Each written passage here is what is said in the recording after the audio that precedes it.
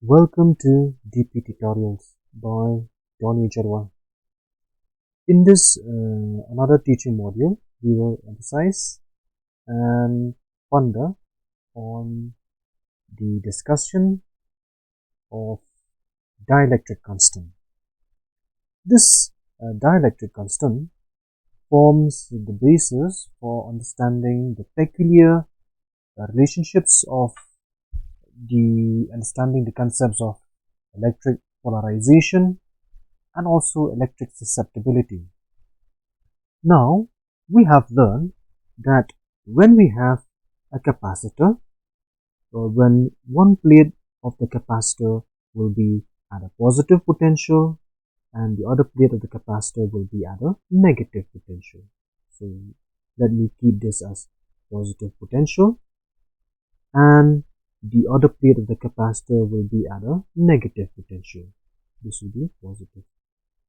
And the other plate of the capacitor will be at a negative potential. So we know that there will be electric field lines which will pass inside the capacitor. Let this be one direction of our electric field lines. Then we already know that all those dipoles, they will develop induced dipole moment, whereby all these positive end of the dipole will attract or will be aligning towards the negative end, and the negative end of the dipole will be towards the positive end of the plate. Okay? So from here, positive will be aligning in the direction of the applied field,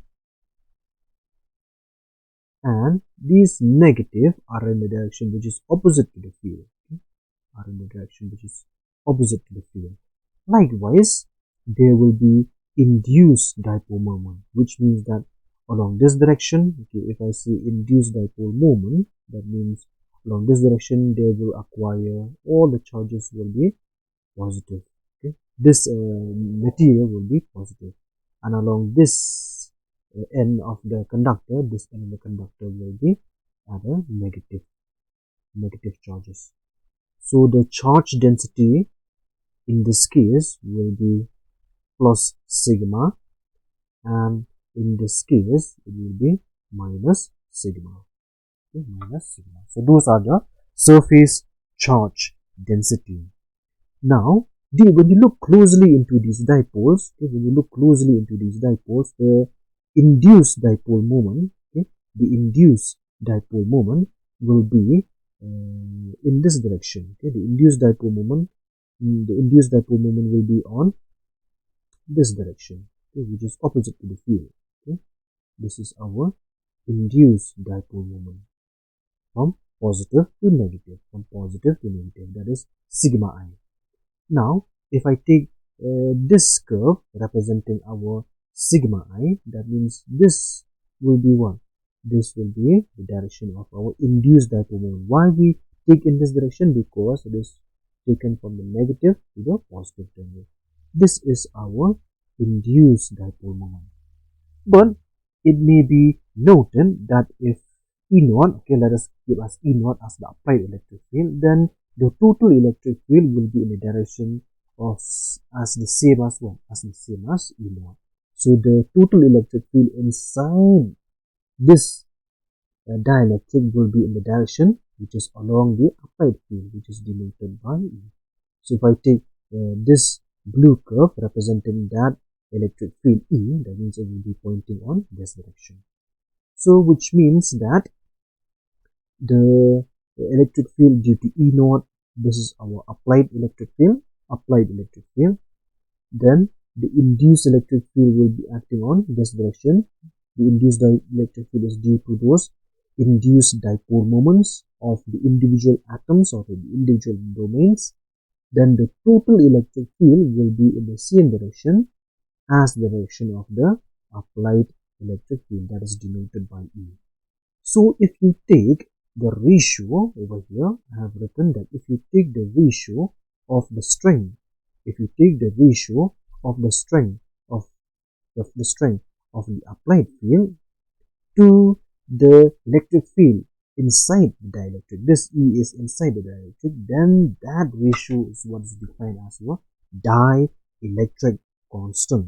So it is denoted by K, and it is equal to epsilon naught. Okay, it is equal to epsilon naught divided by E.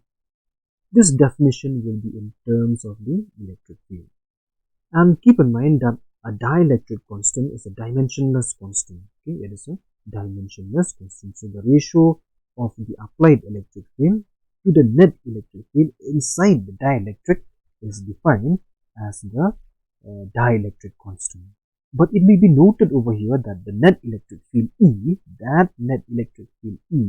okay, is equal to the induced, or is equal to the difference between the applied electric field and the induced electric field due to the dipoles.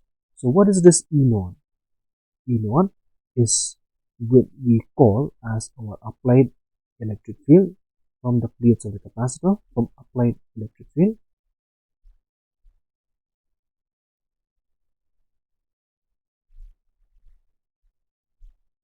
And this EI,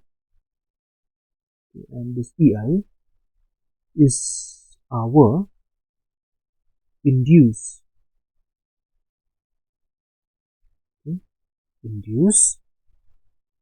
electric field due to the dipoles. Okay? Induced electric field, induced electric field due to the dipoles.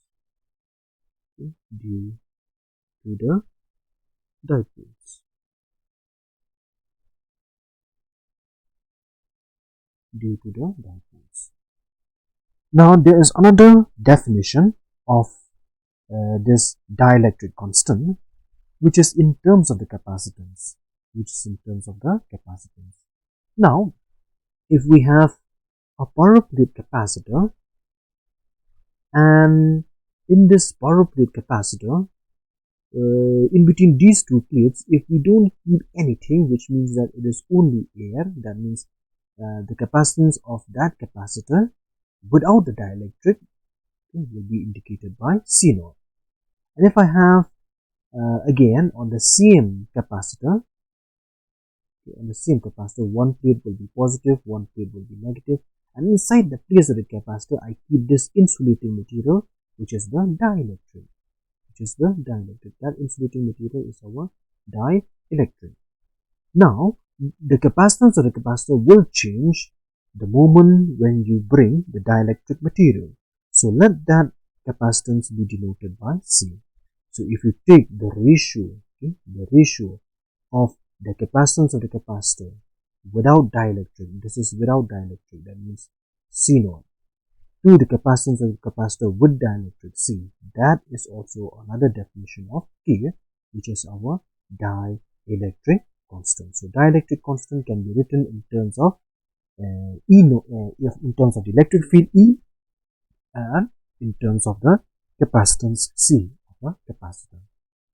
So just go through these discussions so that you will understand the concepts pertaining to this dielectric constant. Okay? Thank you.